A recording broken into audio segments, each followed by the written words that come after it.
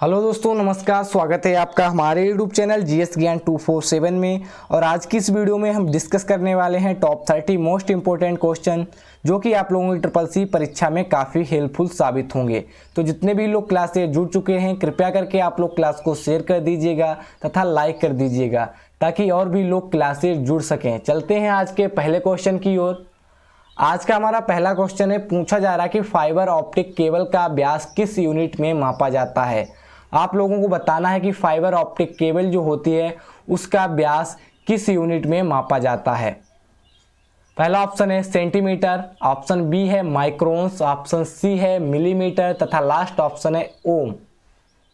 यहाँ पर जो इसका राइट आंसर हो जाएगा ऑप्शन नंबर बी हो जाएगा, माइक्रोन्स में मापा जाता है। अगर बात की जाए किस प्रकार की केबल्स आती हैं तो ये टोटल 4 प्रकार की केबल्स आती हैं। पहली होती है ओम 1, इसी तरीके से ओम 2, ओम 3 तथा लास्ट ओम 4। और इनके 2 साइज होते हैं। पहला साइज होता है 0.62 तथा दूसरा साइज होता है इनका 0.50। ठीक है, ये 2 प्रकार की केबल्स आती हैं तथा इनका क्लासिफिकेशन किया जाए तो ये 4 प्रकार की होती है, ओम 1, ओम 2, ओम 3 तथा ओम 4। चलते हैं अगले क्वेश्चन की ओर। पूछा जा रहा है कि पीओएस का अर्थ क्या है। आप लोगों को बताना है कि पीओएस की फुल फॉर्म क्या होती है। पहला ऑप्शन है point of service, option B है परमानेंट सर्विस, ऑप्शन सी है पार्टीशन ऑफ सर्विस तथा लास्ट ऑप्शन है पॉइंट ऑफ सेल। पीओएस की फुल फॉर्म आप लोगों को बतानी है। यहाँ पर जिसका राइट आंसर हो जाएगा ऑप्शन नंबर डी हो जाएगा, पीओएस की फुल फॉर्म होती है पॉइंट ऑफ सेल। चलते हैं अगले क्वेश्चन की ओर। कैल्क स्प्रेडशीट में जब कोई नंबर टाइप करते हैं तो सेल का अलाइनमेंट क्या रहता है। बात हो रही है कैल्क स्प्रेडशीट की, जब वहां पर कोई नंबर टाइप करते हैं तो सेल का अलाइनमेंट क्या होता है। लेफ्ट अलाइनमेंट होता है, राइट होता है, सेंटर होता है या फिर सभी। तो इसका बाय डिफॉल्ट जो अलाइनमेंट होता है वो राइट होता है। आप लोगों को ध्यान रखना है, राइट अलाइनमेंट होता है। चलते हैं अगले क्वेश्चन की ओर। सामान्यतः ई कॉमर्स किससे जुड़े होते हैं। जो ई कॉमर्स होता है वो किससे कनेक्ट रहते हैं। पहला ऑप्शन है वीडियो देखने से, ऑप्शन बी है क्रय और विक्रय से, ऑप्शन सी है मित्र बनाना तथा लास्ट ऑप्शन है उत्पाद रिव्यू करना। ई कॉमर्स किससे जुड़ा हुआ है।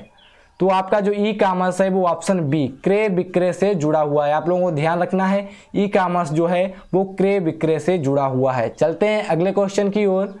एक समय में ईमेल की अधिकतम संख्या को मिटा सकते हैं। आप लोगों को बताना है जो आपके ईमेल होते हैं एक समय में कितने अधिकतम ईमेल को हम डिलीट कर सकते हैं, मिटा सकते हैं। ऑप्शन ए है मल्टीपल, ऑप्शन बी है ओनली 2, ऑप्शन सी है ओनली 1 तथा लास्ट ऑप्शन है ओनली 3। तो एक समय में आप मल्टीपल मिटा सकते हैं। अगर ईमेल डिलीट करने की बात है तो आप मल्टीपल ईमेल्स को एक टाइम में डिलीट कर सकते हैं। चलते हैं अगले क्वेश्चन की ओर। डॉट डॉट भाषा के उपयोग से वेब पेज बनाए जा सकते हैं। किस भाषा का प्रयोग करके वेब पेज बनाए जाते हैं। आप लोगों को बताना है HTML है, WW है, वेब ब्राउज़र है, इंटरनेट एक्सप्लोरर है। किस भाषा का प्रयोग करके वेब पेजेस बनाए जाते हैं। तो यहाँ पर जो इसका राइट आंसर हो जाएगा ऑप्शन नंबर ए हो जाएगा, HTML के प्रयोग से आप वेब पेज का क्रिएट करते हैं। चलते हैं अगले क्वेश्चन की ओर। कैल्क स्प्रेडशीट में equal to mod bracket 14 bracket 15 का मान क्या होगा।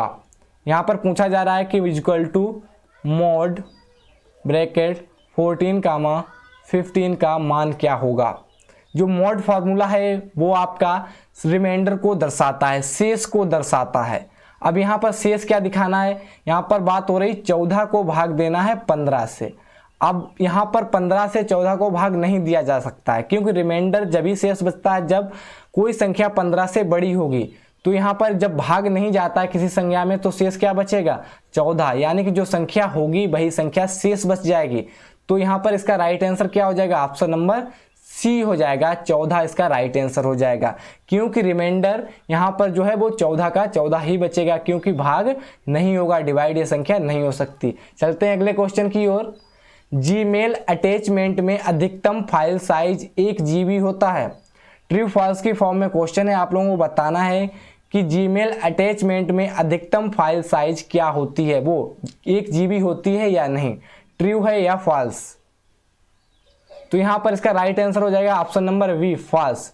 जीमेल में जो अधिकतम अटैचमेंट की होती है फाइल वो 25 MB की होती है। आप लोगों को ध्यान रखना है 25 MB की फाइल आप लोग अटैच करके सेंड कर सकते हैं।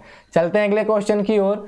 डेसिमल नंबर सिस्टम का आधार है, आप लोगों को बताना है जो डेसिमल नंबर सिस्टम होता है उसका आधार क्या होता है। 7 होता है, 10 होता है, 8 होता है या फिर इनमें से कोई नहीं।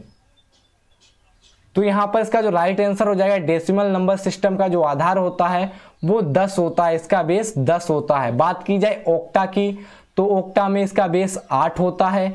वहीं पे बात की जाए हेक्सा की तो उसका बेस जो है 16 हो जाएगा। वहीं पर अगर बात की जाए बाइनरी की तो उसका बेस जो है आपका 2 हो जाता है और डेसिमल का आपका 10 हो जाता है। चलते हैं अगले क्वेश्चन की ओर।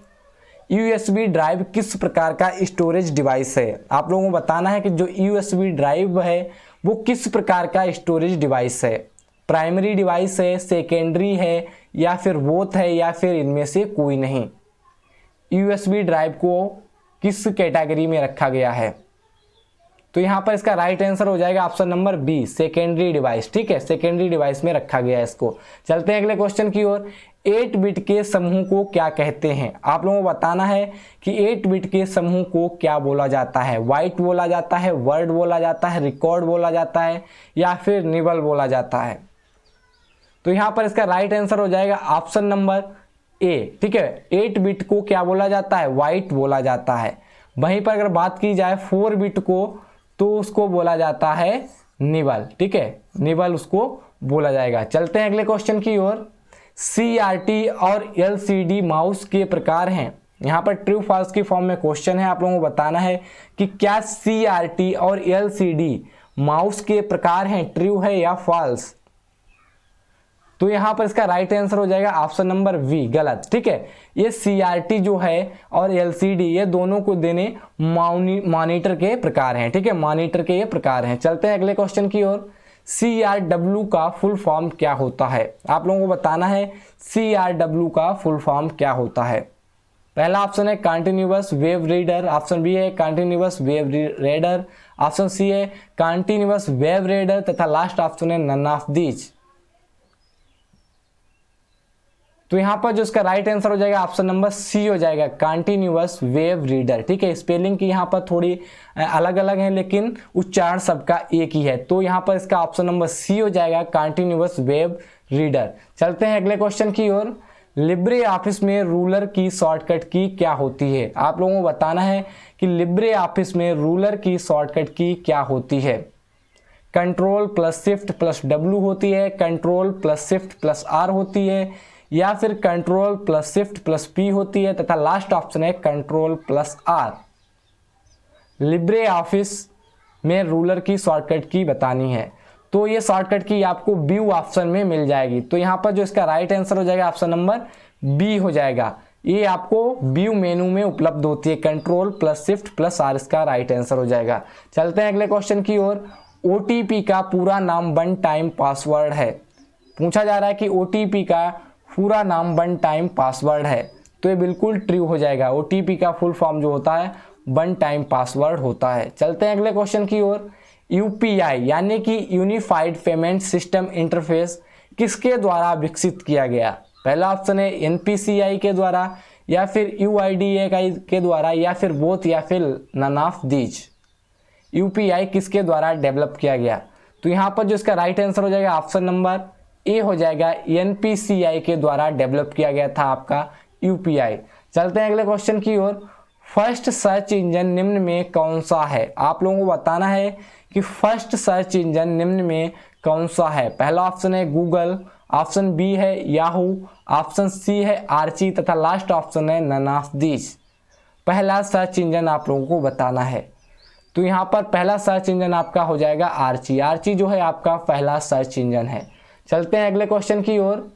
न्यू स्लाइड इंसर्ट करने की शॉर्टकट की क्या है, आप लोगों को बताना है न्यू स्लाइड इंसर्ट करने के लिए कौन सी शॉर्टकट की का प्रयोग किया जाता है।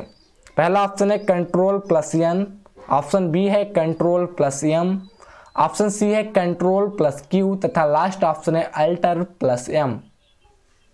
न्यू स्लाइड की शॉर्टकट की आप लोगों को बतानी है। तो यहाँ पर जो इसका राइट आंसर हो जाएगा ऑप्शन नंबर बी हो जाएगा, Ctrl+M के थ्रू हम न्यू स्लाइड को इंसर्ट कर सकते हैं। चलते हैं अगले क्वेश्चन की ओर। भारत में उमंग ऐप कब शुरू हुआ? आप लोगों को बताना है इंडिया में उमंग ऐप कब लॉन्च किया गया था। पहला ऑप्शन है 10 दिसंबर 2017, ऑप्शन बी है 20 नवंबर 2017, ऑप्शन सी है 23 नवंबर 2017 तथा लास्ट ऑप्शन है 5 नवंबर 2017। उमंग ऐप कब लॉन्च किया गया था इंडिया में? तो यहाँ पर जो इसका राइट आंसर हो जाएगा ऑप्शन नंबर सी हो जाएगा, 23 नवंबर 2017 को उमंग ऐप लॉन्च किया गया था। चलते हैं अगले क्वेश्चन की ओर। प्रेजेंटेशन में करंट स्लाइड शो करने के लिए किस शॉर्टकट की का प्रयोग करते हैं? प्रेजेंटेशन में करंट स्लाइड को शो करने के लिए किस शॉर्टकट की का प्रयोग किया जाता है? पहला ऑप्शन है Ctrl+5, ऑप्शन बी है Shift+F5, ऑप्शन सी है F5 तथा लास्ट ऑप्शन है Ctrl+Shift+F5। तो यहाँ पर जो इसका राइट आंसर हो जाएगा ऑप्शन नंबर बी हो जाएगा, Shift+F5 की मदद से हम करंट स्लाइड को शो कर सकते हैं। चलते हैं अगले क्वेश्चन की ओर। लिब्रे ऑफिस राइटर में सब स्क्रिप्ट की शॉर्टकट की क्या होती है? आप लोगों को बताना है कि लिब्रे ऑफिस राइटर में सब सुपर स्क्रिप्ट की शॉर्टकट की क्या होती है। पहला ऑप्शन है Ctrl+Shift+V, ऑप्शन बी है Ctrl+Alt+P, ऑप्शन सी है Ctrl+Shift+S तथा लास्ट ऑप्शन है इनमें से कोई नहीं।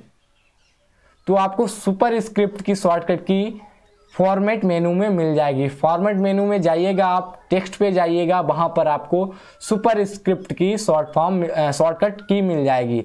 तो इसकी जो शॉर्टकट की होती है ऑप्शन नंबर ए हो जाएगा, Ctrl+Shift+B। चलते हैं अगले क्वेश्चन की ओर। आउटलुक एक्सप्रेस क्या है? आप लोगों को बताना है जो आउटलुक एक्सप्रेस होता है वो क्या होता है। पहला ऑप्शन है ब्राउजर, ऑप्शन बी है सर्च इंजन है, एडिटर है या फिर ईमेल क्लाइंट है। आउटलुक एक्सप्रेस क्या है? तो यहाँ पर जो इसका राइट आंसर हो जाएगा ऑप्शन नंबर डी हो जाएगा, आउटलुक एक ईमेल क्लाइंट है। चलते हैं अगले क्वेश्चन की ओर।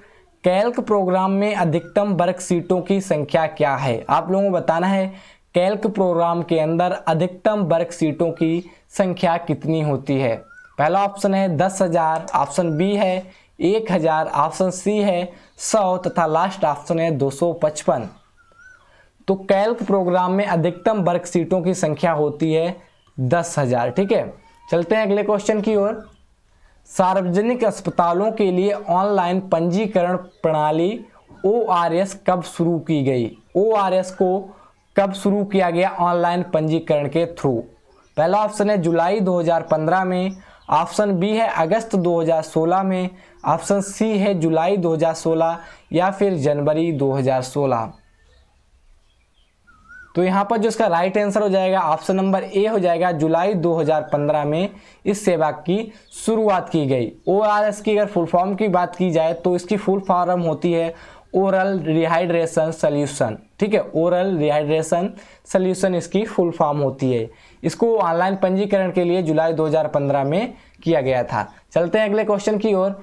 USSD का उपयोग करने के लिए यूजर को क्या डायल करना पड़ेगा?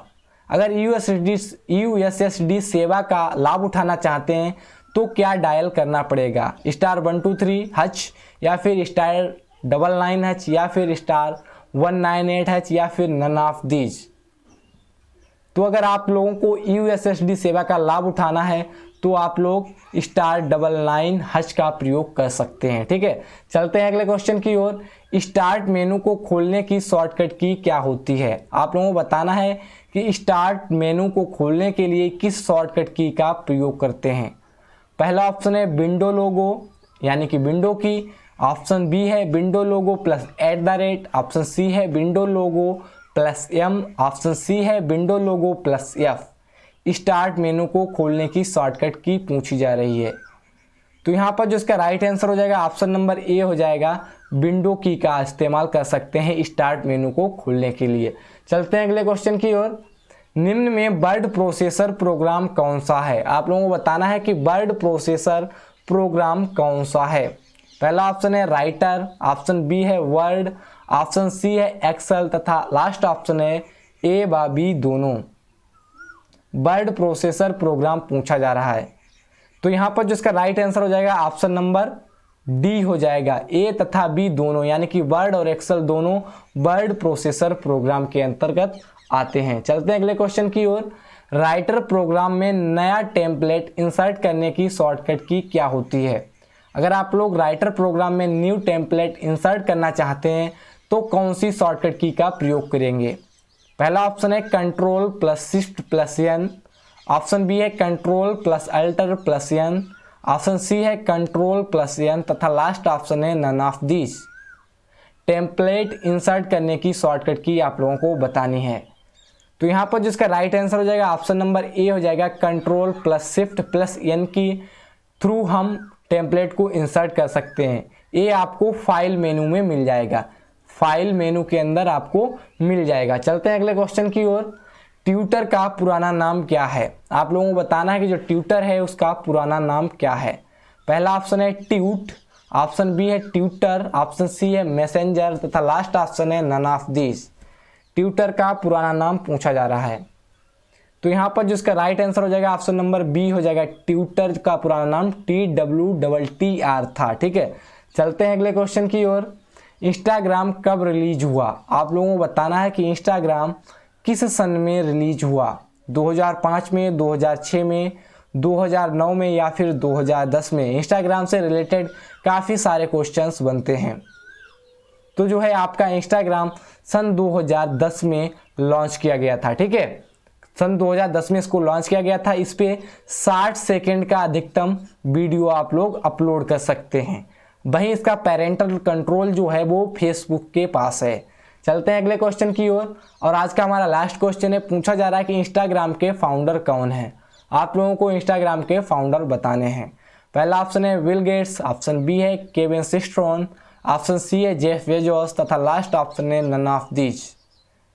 तो यहाँ पर इंस्टाग्राम के फाउंडर आपके केविन सिस्ट्रॉम हो जाएंगे। Bill Gates Microsoft, Jeff Bezos आपके अमेजॉन के फाउंडर हो जाएंगे।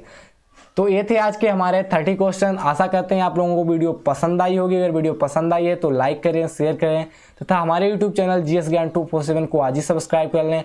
Thank you for watching. Thank you, धन्यवाद, बाय बाय, टेक केयर।